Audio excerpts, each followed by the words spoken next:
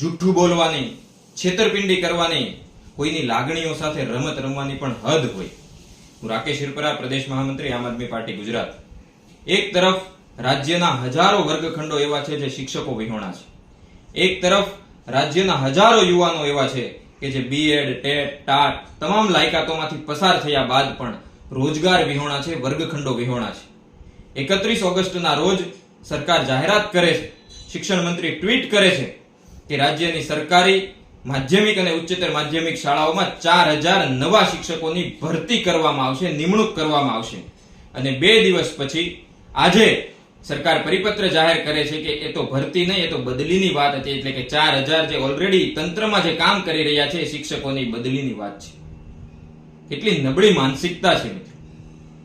આ ભારતના વર્ગખંડોમાં જે બાળકો ભણી રહ્યા છે એ ભારતનું ભવિષ્ય છે. આ યુવાનો જે રોજગાર માટે તડપી રહ્યા છે, જે શિક્ષકો જે રોજગાર વિહોણા છે એ પણ ભારતનું ભવિષ્ય છે. ભારતના ભવિષ્ય સાથે ક્યાં સુધી આ શાસકો, આ નેતાઓ છે ચેડાઓ કરશે?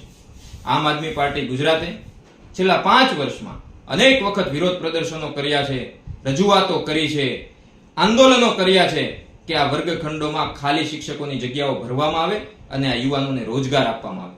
આજે ગુજરાતના તમામ વાલીઓ વતી, વિદ્યાર્થીઓ વતી અને યુવાનો વતી ફરી એક વખત અમારી માંગણી છે કે વર્ગખંડોમાં આ ખાલી જગ્યાઓ ભરવામાં આવે અને આ બાળકોની સાથે, વિદ્યાર્થીઓની સાથે, આ યુવાનોની સાથે, એમની લાગણીઓ સાથે, એમના ભવિષ્ય સાથે ચેડા કરવાનું બંધ કરવામાં આવે. આભાર. વંદે માતરમ. જય જય ગરવી ગુજરાત.